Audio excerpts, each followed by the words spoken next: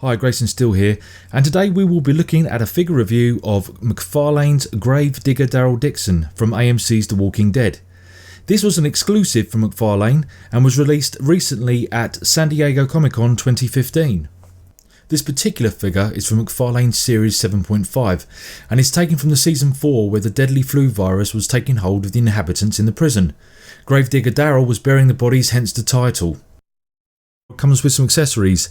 Here we have the knife, which McFarlane to my knowledge have provided for every Daryl figure released since the first season, but it's always very nice to see. He is of course without his iconic crossbow with this release of the figure, so starting with the head, which has a great likeness to Norman Reedus, despite only seeing half of his face. However, you can quite quickly identify him, especially if you're already familiar with the show and character. The bandana itself is beautifully crafted and has to be the most impressive piece on the figure. Unfortunately, you can't remove it, but still McFarlane did a grand job on that pattern. His hair sculpt is good, and where he looked in Season 4, where it was at some length, and the fact that they sculpted the hair over the bandana, giving it a very natural look.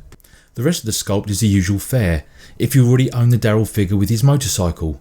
His sleeveless shirt, leather waistcoat and gloves are nicely detailed with a look of wear from sweat and dirt. There is some fine detail in the arms that look like smudges of dirt from digging the graves, which is a really nice touch. His trousers look creased and well worn. His shoes however look far too clean for someone who was digging holes, but still a very nice sculpt from the front. The other accessory that came with Daryl is a shovel, no brainer there, but a nice looking shovel nonetheless with a good amount of detail of use and wear. Looking from the back, again a really good sculpt of the hair and the bandana tied to the back of his head. His iconic angel wings on his waistcoat with that detail of the seams that make up the fabric. His overhang of his shirt that is creased along with his back pocket rag he always has on him. On his hip is his sheath where the knife accessory fits comfortably. The back of his trousers are better detailed with the wear and dirt with the small patches showing signs of its natural colour. With Grave Digger Daryl there are 22 points of articulation. His head has a slight amount of movement due to the bandana, but like I said, it's fixed with no sign of being able to budge or remove it. His arms go out as far as his shoulders, which rotate all the way around. They of course do pivot above his head. There is a bend at the elbows, movement in the wrist that also rotates all the way around.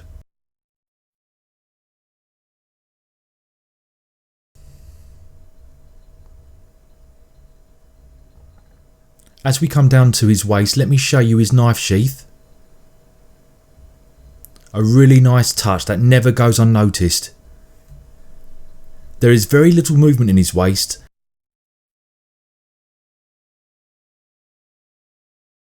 Legs go back and forward more than some figures I've seen, which is good.